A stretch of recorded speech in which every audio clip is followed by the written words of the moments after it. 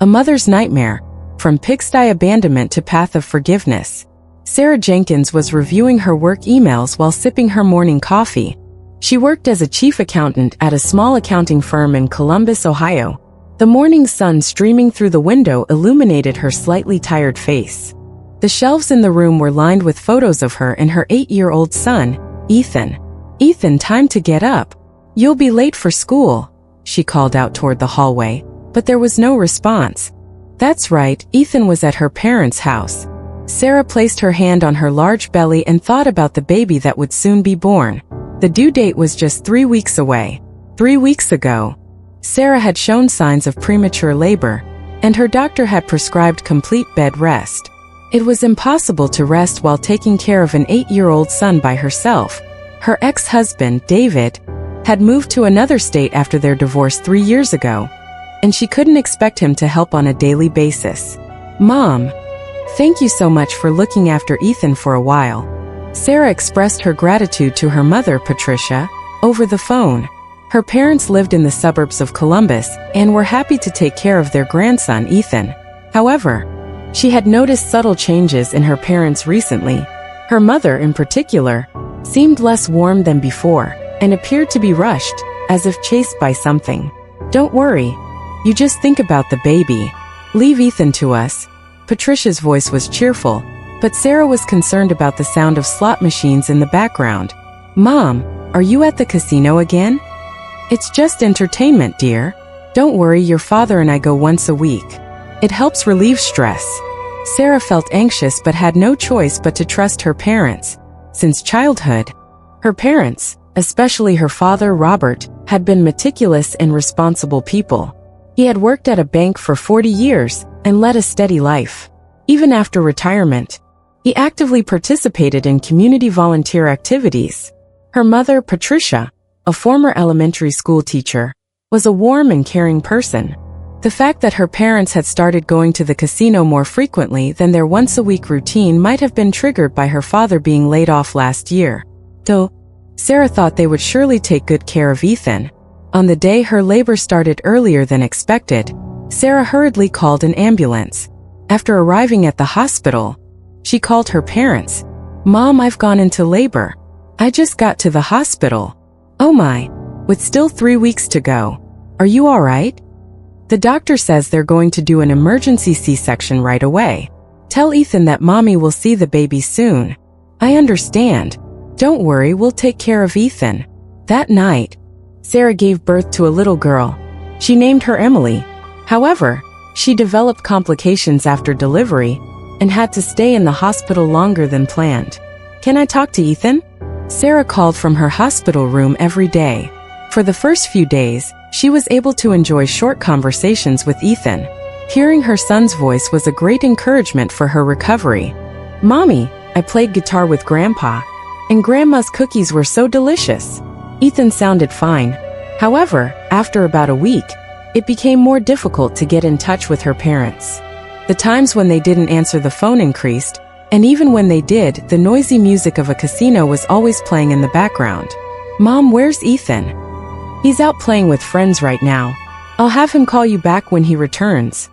However, those later calls often never came. Sarah's anxiety grew day by day. On the 10th day, the doctor finally gave her permission to leave the hospital. Sarah held baby Emily in her arms and left the hospital room, accompanied by the nurses. She called her parents several times, but no one answered. "Ethan."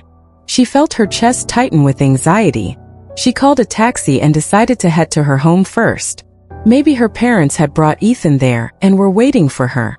Hoping so, she hugged her newborn daughter. Sarah got out of the taxi and while holding baby Emily, she headed for the front door of her home.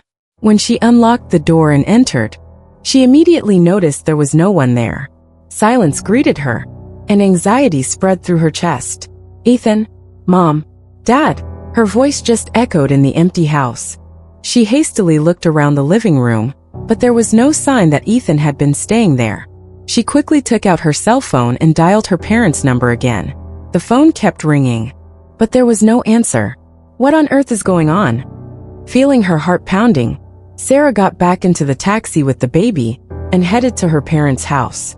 20 minutes later, she was standing in front of Robert and Patricia's house. I've arrived at my parents' house, but something seems strange. She rang the doorbell several times while holding the baby with one hand, but there was no response. There were flyers piling up in the mailbox, and the newspaper hadn't been taken in. Sarah frowned as she looked at the mailbox on the porch. Usually, her father had a habit of bringing in the newspaper every morning. She walked around the house and tried to peek through the windows, but the curtains were drawn, and she couldn't see inside. Growing increasingly anxious, she decided to go around to the backyard. The once beautifully maintained garden was now overgrown with weeds. The rose bushes her father had been so proud of were wilting, perhaps from lack of water. It looks like nobody has taken care of this place for days. Sarah knocked on the back door and called out, "Dad? Mom? Ethan? Is anyone there?" But there was no reply. The air felt cold, and she pulled the baby closer to her chest. Emily looked up at her mother with curious eyes. The front door was locked, and it seemed no one was inside. Her anxiety was turning into fear. Suddenly, she heard a small noise from the backyard. Sarah walked carefully toward the sound. In the back of the yard was an old wooden shed. Sarah looked at the shed, and memories came back to her. That shed. That's where Dad used to keep his pet pig, isn't it? When she was a teenager. Her father had kept a miniature Vietnamese pot-bellied pig as a hobby. However, the pig had died several years ago, and the shed had hardly been used since. Sarah approached the shed and called out, "Is anyone there? Ethan?" A faint sobbing sound came from the shed. Sarah felt her heart stop for a moment. She held the baby tight with one arm and ran to the shed. The rusty door was slightly open. She pried it open and looked inside. In the darkness, her eyes caught sight of her son. Ethan was sitting on the dirty floor, holding pig feed in his hands and trembling. His clothes were dirty. His hair was disheveled, and his face showed clear traces of tears. When he noticed his mother, he looked up in surprise. "Ethan, what are you doing?" Ethan turned around in surprise, and when he saw his mom, tears welled up. "Mommy, I'm hungry. Grandpa and Grandma haven't come back for days." There was nothing in the refrigerator. Sarah rushed to her trembling son and hugged him. The boy's small body was cold and shaking. "How long have you been here? Where did Grandpa and Grandma go?" Ethan answered while sobbing. 3 days ago, Grandma said we were going out for a bit, but they didn't come back. They don't answer the phone. I was scared." Sarah was speechless at her son's words. 3 days. Her 8-year-old son had been left alone for 3 days. "You've been here alone? What about food?" "There was some in the refrigerator at first, but it ran out. I was so hungry. There was pig feed here." Sarah stared at her son's face. Ethan's cheeks were sunken, and there were dark shadows under his eyes. He was clearly malnourished and frightened. Anger welled up inside Sarah. What on earth were her parents thinking? She held her newborn baby in one arm and embraced her son with the other. "It's okay now, Ethan. Mommy's here." Enraged, Sarah took Ethan's hand and headed for her parents' house. She told her son to wait in the backyard, then forced open a window and entered the house. The inside of the house was in a worse state than she had imagined. Food scraps, empty alcohol bottles, and numerous lottery tickets and casino receipts were scattered about. It was unbelievable that this was the house of her meticulous parents. Sarah called her parents' cell phone several times with trembling hands. On the 5th attempt, her mother finally answered. "Hello." Patricia's voice was cheerful, with the noisy sounds of a casino in the background.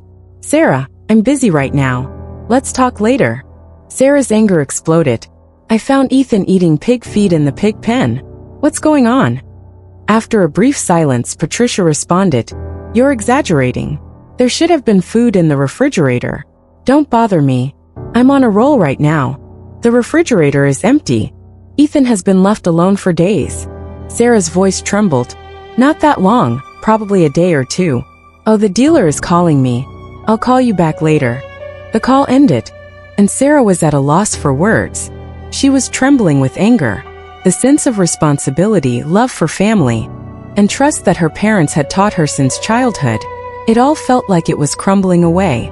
She quickly took Ethan back to her own house.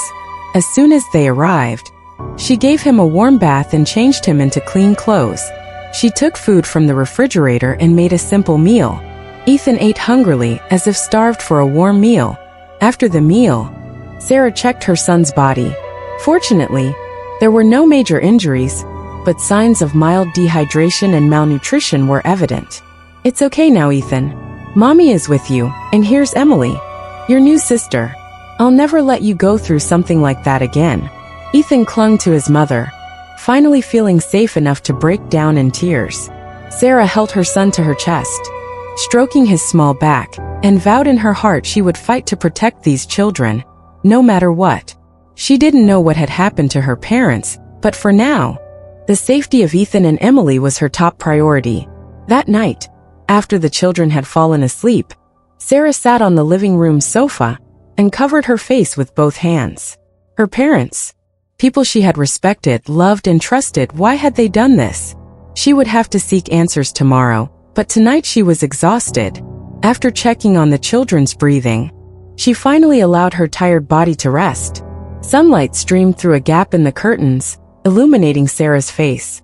She woke from her sleep, hoping for a moment that yesterday's events had been a nightmare. However, seeing Emily's small cries from the next room, and Ethan sleeping on the sofa, she remembered the reality. She slowly got up and went to Emily's room, picking up the baby and nursing her. She organized what needed to be done today. First, she needed to contact Child Protective Services, then consult with a lawyer. While making breakfast, Sarah gently woke Ethan. "Good morning, Ethan. Did you sleep well?" Ethan sat up, rubbing his eyes. "Yes. It's been a while since I slept at Mom's house." Sarah stroked her son's hair and put pancakes on a plate. "Let's take it easy today. You can go to school if you want, or you can stay home and rest." "I want to stay home," Ethan said in a small voice. "Will Grandpa and Grandma come back?" Sarah answered, choosing her words carefully. "I don't know right now, but don't worry. Mommy will always be with you." After breakfast, Sarah called Child Protective Services. She explained the situation in detail and reported that Ethan had been abandoned in a pig pen. A woman's voice on the other end of the phone responded quietly. "This sounds like a serious case. We'll send a caseworker today. How is your child's current condition?" "I administered first aid last night. He seems to have mild dehydration and malnutrition, but I don't think there's any major health damage." 2 hours later, Child Protective Services caseworker Carol Johnson visited the house. In her 50s, she had a warm smile and sharp eyes. After talking with Sarah, she also spoke kindly with Ethan. Carol continued the conversation in Sarah's kitchen. "This is clearly a case of child abandonment. How is Ethan's health?" Sarah responded while holding Emily. "A pediatrician examined him. He has dehydration and mild malnutrition, but no major health issues. I'm more concerned about psychological trauma. Considering your child's condition, I think it would be good to refer him to a specialized counselor," Carol said, taking notes. "Have you been able to contact your parents?" "I spoke with them briefly yesterday while they were at a casino, but they haven't answered their phone since," Carol said with a serious expression. "In this case, we need to consider reporting this to the police. I also recommend applying for a temporary protection order. The safety of your children should be the top priority." Sarah nodded. She loved her parents, but the safety of Ethan and Emily came first. "I understand. Please tell me the necessary procedures." After Carol left, Sarah contacted her lawyer, Alice Brown. Alice was a trusted lawyer who had also helped during her divorce. She explained the situation and consulted about a temporary restraining order against her parents. "Sarah, this is a serious situation. Child abandonment can become a criminal case." Alice's voice conveyed her seriousness even over the phone. "Also, we need to consider the possibility that your parents are having financial problems. Spending at casinos. I'm worried about whether Ethan's assets are involved." Sarah gasped. "What do you mean?" "My parents were involved with Ethan's trust fund, right?" "Yes, a $50,000 college education fund, combining child support for my ex-husband and my savings. I thought my parents were more financially responsible than I was." Alice exhaled deeply on the other end of the phone. "We need to check on those funds. I'll investigate on my end." A few days later, Alice called. Her voice was dark and heavy. "I have bad news. Ethan's trust fund was completely withdrawn 6 months ago. It was approved by your parents." Sarah collapsed into a chair. "All $50,000? Why? Furthermore, 3 credit cards have been created in your parents' names with debts totaling $150,000. Some of it is from casino cash advance services." Sarah was speechless. Her parents, who had always lectured her about financial responsibility, had betrayed her trust and used up funds meant for her grandson's future. "I can't believe it. They always lectured me about money management." Alice continued quietly. "These are typical symptoms of gambling addiction. Sarah, your parents are sick. However, that doesn't justify what they did." The next day, further investigation revealed that Robert and Patricia had fallen into gambling addiction over the past 2 years and had accumulated debts. They had also used up Robert's retirement money. A foreclosure notice had already been delivered to their house. Sarah was confused and hurt. In her heart, feelings of anger and concern for her parents were mixed. But above all, protecting Ethan was the top priority. She scheduled psychological counseling for her son and explained the situation to his school. In the evening, Sarah was preparing dinner. Ethan was doing his homework, and Emily was sleeping in her crib. Suddenly, the doorbell rang. Looking through the peephole, she saw her parents standing there, pale-faced and exhausted. Sarah hesitated for a moment but opened the door. Robert couldn't meet her eyes and stared at the floor. "Sarah, please let us talk." "Talk about what? About starving and abandoning your grandson? Or about stealing $50,000? Sarah's voice was cold. Patricia said, crying, We need help." Sarah, despite trembling with anger, let them into the house. Ethan had been left with a friend. Sitting face to face in the living room, Patricia broke down in tears. "We lost control of our gambling. We're being chased by debt collectors. Our house is about to be foreclosed." Robert covered his face with both hands, his shoulders shaking. "I'm so sorry about Ethan. We only intended to go to the casino for a little while. But once we sit down, we can't get up. We lose track of time, and when we lose, we try to win it back by betting more." Patricia said, barely getting the words out. "We did leave food for Ethan. But to not come back for 3 days, what have I done?" Sarah listened to her parents' confession, torn between confusion and anger. She stood up and said in a trembling voice, "I can't believe it. You are my parents. How could you?" Robert said, looking down. "It started after I was laid off. I went to the casino with my retirement money, and I won at first. I couldn't forget that thrill. And when we started losing, we tried to get it back." Patricia continued. Ethan trembled with intense anger. "What happened to Ethan's education fund?" Her parents were silent. Robert said in a small voice, "We used it all. We were planning to get it back." Sarah angrily threw her parents out of the room. "Get out right now.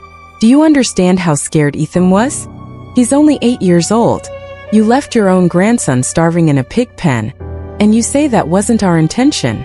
Robert extended a trembling hand. "Sarah, please. Let's talk. Talk. Where were you all this time while I was in the hospital? You abandoned your grandson and went to the casino. You're not my parents anymore. Stay away from us." Patricia broke down crying, and Robert left with slumped shoulders.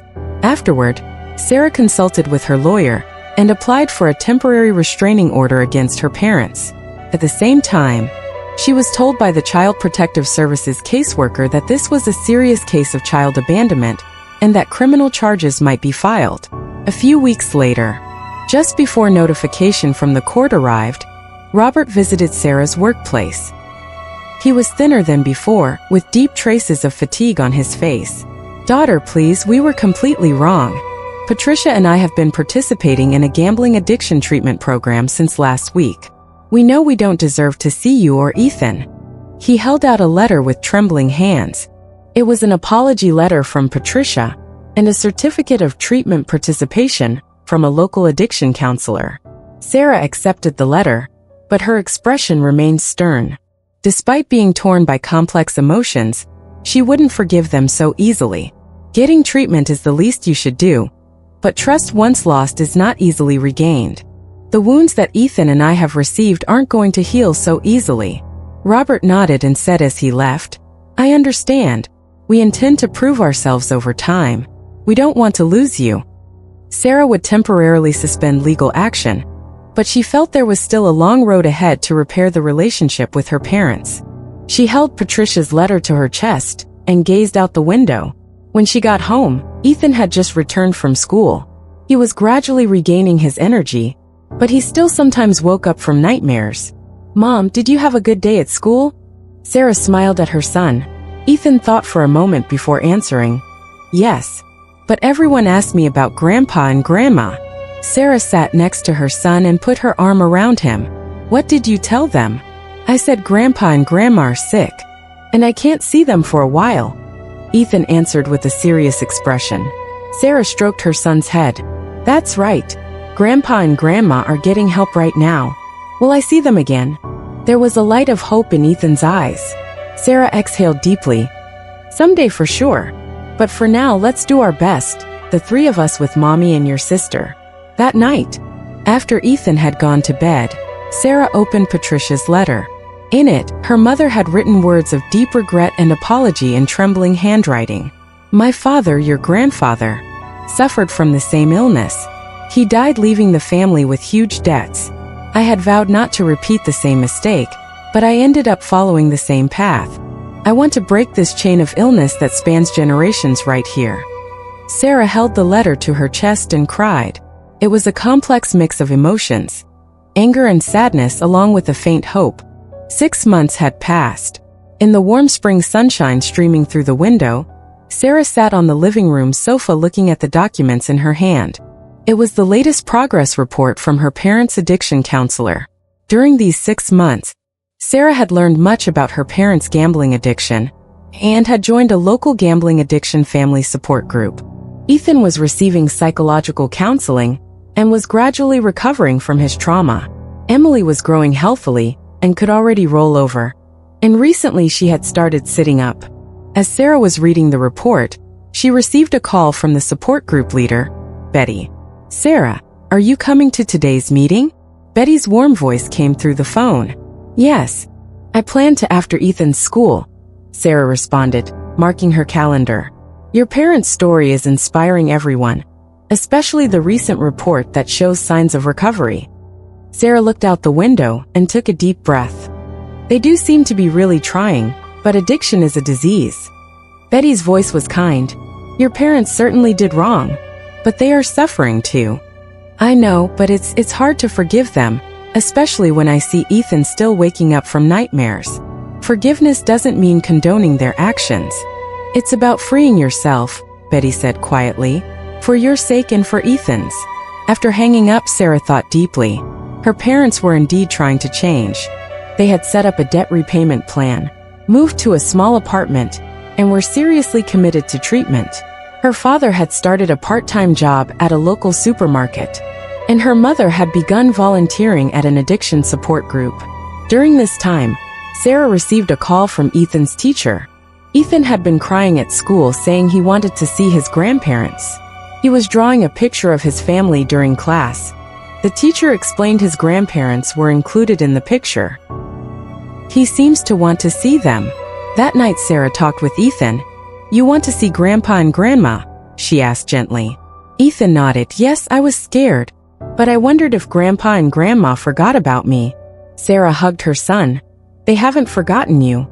They were just confused because of their illness. It seems they're getting better now. After consulting with the counselor, she decided to allow a short supervised visit. The meeting would take place at the counselor's office, a neutral location. On the day of the visit, Ethan was nervous but looking forward to seeing his grandparents. Robert and Patricia had completed a 6-month gambling addiction treatment program and were regularly attending support groups when they arrived at the counselor's office. Sarah had a brief conversation with her parents. Sarah, thank you for this opportunity to be able to see Ethan. Tears shone in Judith's eyes. This is what Ethan wanted. I'm just respecting his feelings. Sarah's voice was calm. We've been going to treatment every day for 6 months. We're slowly repaying our debts. Robert said, looking at the floor. Let's not talk about the past today. I came only for Ethan. The meeting between Ethan and his grandparents was touching. Patricia burst into tears upon seeing her grandson. And although hesitant at first, Ethan hugged his grandparents. They talked quietly about Ethan's school events and Emily's growth. As Sarah watched the meeting, complex emotions swirled in her heart. The anger at not being able to forgive her parents' mistakes conflicted with the desire to repair family bonds. After leaving the counselor's office, Sarah opened a family album at home. It contained photos of the family from happier times. One photo caught her eye. It was a picture of her at age 12 riding a boat on a lake with her parents.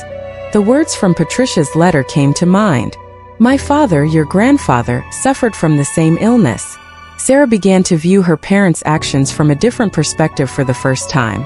Even if she couldn't forgive their actions, perhaps she could deepen her understanding of gambling addiction as a disease and its impact on families. A few months later, Sarah decided to invite her parents to a family therapy session. The purpose of this session was to create a safe space where all three could express their feelings and heal from past wounds. That day when I found Ethan in the pig pen, something broke inside me. I couldn't trust you anymore as my parents, Sarah confessed quietly. Patricia responded while wiping away tears. We can't make excuses, addiction is a disease, but we made the choices every day we regret those decisions. Lawrence looked straight into his daughter's eyes. We will never make the same mistake again. We want to show that through our actions. Sarah exhaled deeply. It may take time but I want to move forward one step at a time as a family. A year later, Sarah's family was gradually walking the path of healing. Robert and Patricia had recovered from their gambling addiction and were volunteering at the local senior center, supporting elderly people struggling with addiction to make amends for the harm they had caused Michael. They established a new education fund for him, saving a small amount each month. Sarah herself had become a leader in the addiction family support group, using her experiences to help other families. She hadn't completely forgiven her parents, but she was gradually regaining trust. Ethan and his sister Emily were growing up healthy, and their relationship with their grandparents was slowly being repaired. Sometimes on weekends they would have dinner together at her parents' new apartment. That day the sight of Ethan in the pig pen had been a symbol of the family's crisis, but now it served as a memory of the difficulties they had overcome, becoming the foundation for building a stronger family relationship. Sarah now understands the path to family recovery is never linear. It's a process of repeated setbacks and progress, and most importantly, it's about having the courage to acknowledge past mistakes, face them responsibly, and walk step by step toward the future. One summer day, while having a picnic in the park, watching Michael running around and Emma rolling on the grass, Melissa asked Lawrence, how do you manage to recover from that day? Lawrence answered while looking at his grandchildren, when I almost lost Michael, I finally realized what I was doing. Addiction doesn't just destroy yourself, it hurts the ones you love. That was the most unbearable part. Melissa nodded quietly. The wounds remained, but she had learned to live with them, and above all, she felt that she had learned much from this painful experience and had become stronger. Family isn't perfect, but they can learn, grow, and sometimes hurt each other, yet reconnect through love and forgiveness.